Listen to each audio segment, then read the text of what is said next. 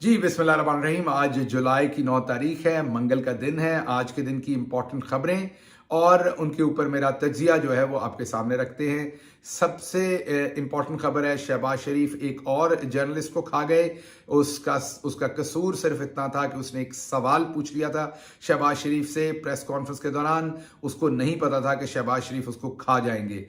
दूसरा इंपॉर्टेंट खबर आपके सामने हम रखेंगे, वो है कि शहबाज शरीफ ने कल एक सेमिनार में कहा कि आर्मी अब कॉर्पोरेट फार्मिंग के अंदर इन्वॉल्व होगी और पाकिस्तान के अंदर 50 से 60 अरब डॉलर की इन्वेस्टमेंट आएगी।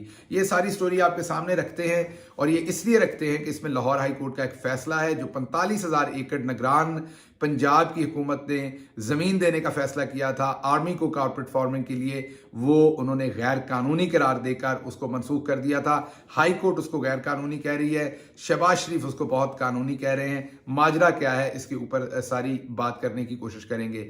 तीसरा, बहुत ही अहम काम किया है, बहुत ही काबिल जिक्र, बहुत ही इज्जत वाला काम किया है, वो इलेक्शन कमीशन ऑफ पाकिस्तान ने किया है। उन्होंने पंजाब की निगरान हुकूमत को ये कहा है कि जो पंजाब के कानून के अंदर इलेक्ट्रॉनिक वोटिंग मशीन का इस्तेमाल आपने, क्योंकि इमरान खान की हुकूमत ने पंजाब के अंदर कानून के अंदर तरमीम कर दी थी कि इलेक्ट्रॉनिक वोटिंग मशीन इस्तेमाल होगी अगले इलेक्शन के अंदर, तो उन्होंने पंजाब हुकूमत को कहा है कि ईवीएम का इस्तेमाल जो है वो निकाल दें, नई कानून साजी करें, ईवीएम के इस्तेमाल को निकाल दें। हाँ, आप हैरान हो रहे होंगे कि ईवीएम को तो डालना चाहिए ताकि फ्री एंड फेयर इलेक्शन हो, तो इससे आप ये समझ सकते होंगे कि अगले इलेक्शन करवाने में क्या प्लान है और किस तरह का इलेक्शन करवाने की कोशिश की जा रही है। उसके साथ साथ हम इंटरनेशनल एक न्यूज़ आपके सामने रखेंगे कि जो ठीक लीडर होते हैं, तगड़े लीडर होते हैं, वो किस तरीके से अपनी बारगेन्स करते हैं, कहाँ वो एब्सोल्युटली नॉट कहते हैं, कहाँ एब्सोल्युटली यस कहते हैं।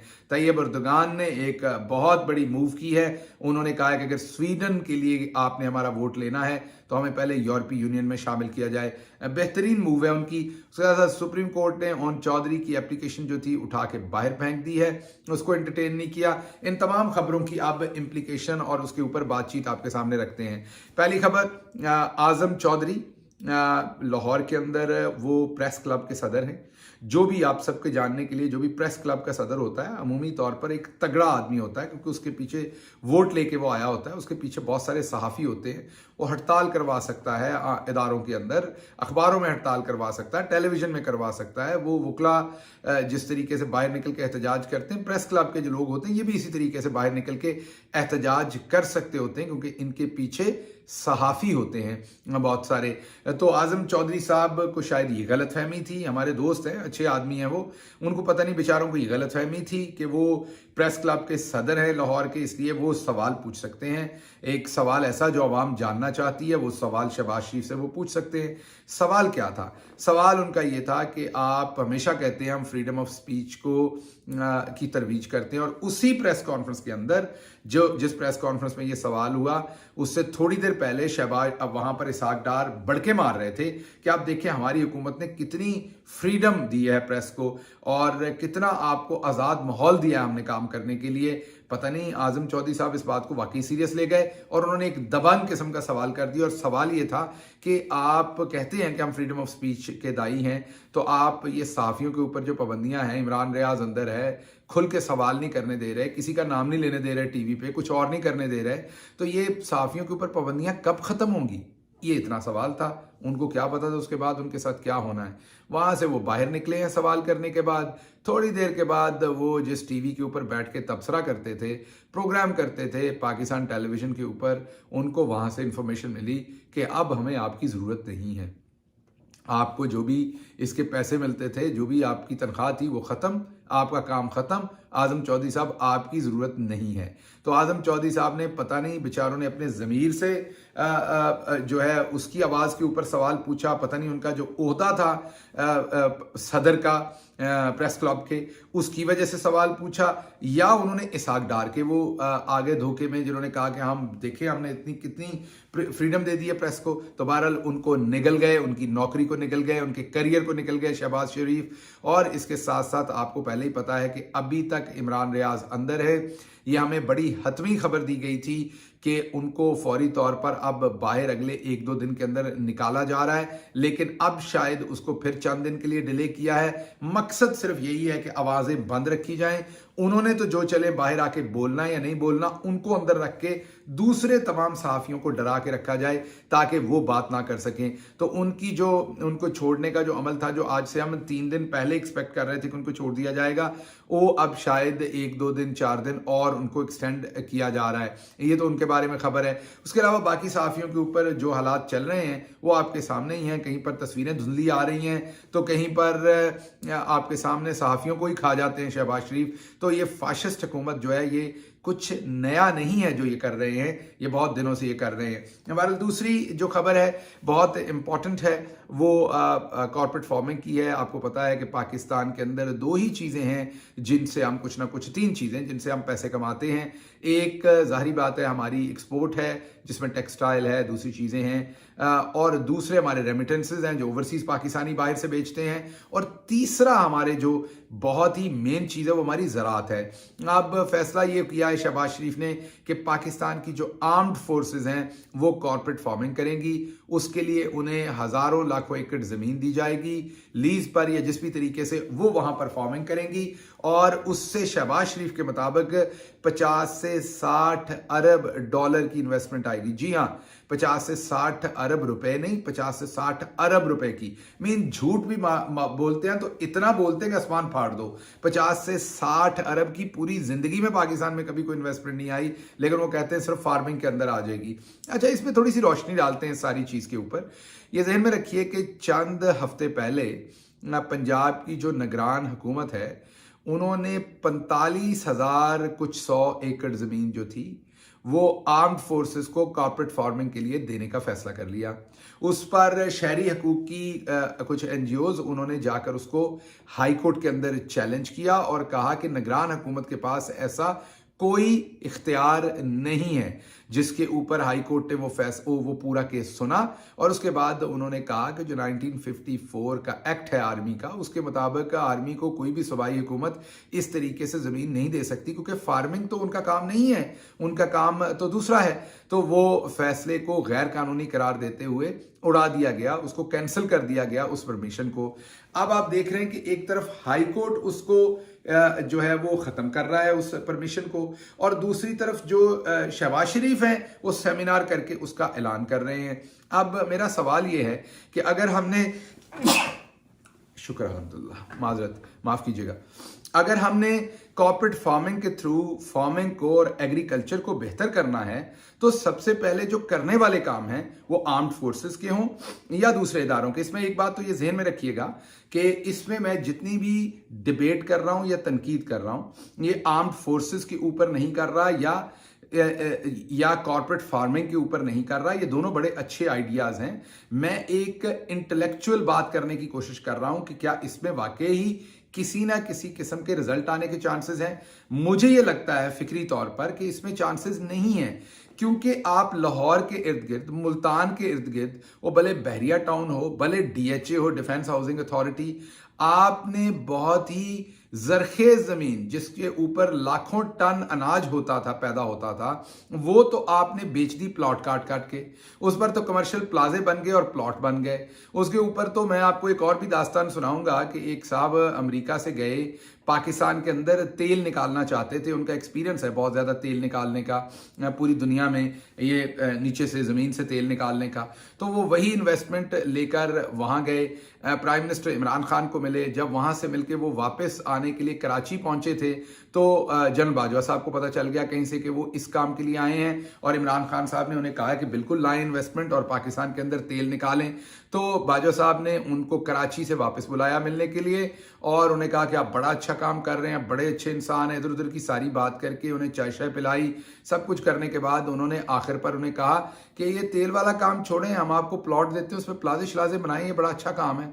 तो कहने की बात मेरी ये है कि यकीनी तौर पर जो अभी इस टाइम जो लीडरशिप है पाकिस्तान आर्म्ड फोर्सेस की, वो यकीनी तौर पर पाकिस्तान को आगे लेके जाना चाहते होंगे, यकीनी तौर पर पाकिस्तान के अंदर इन्वेस्टमेंट करना चाहते होंगे, लेकिन उन्हें पहले एहतसाब करना पड़ेगा अपने इदारे के साथ भी और बाकी भी जो पाकिस्तान के बाहर हुआ वो अदालतें करेंगी, हुकूमत करेगी।